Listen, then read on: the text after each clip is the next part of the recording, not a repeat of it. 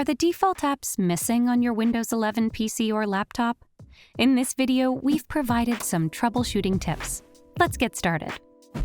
First and foremost, if you notice the absence of one or two apps, like Microsoft Store or Photos, try repairing them. Press the Windows key and I to open Settings. Navigate to Apps, and select Installed Apps.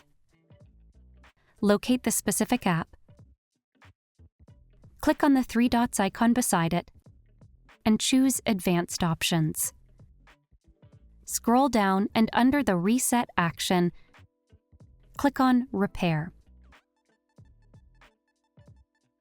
If the issue persists, go for Reset in the same menu, keeping in mind that resetting will delete the app's data. As a final step, try reinstalling the default apps using Windows PowerShell. Click on the search icon in the taskbar, type Windows PowerShell, and run it as administrator. Confirm with Yes when prompted by the User Account Control panel. Next, enter the following command and press Enter. This process may take some time to complete. Once it's done, restart your PC. Applying these solutions will undoubtedly restore the default apps on Windows 11.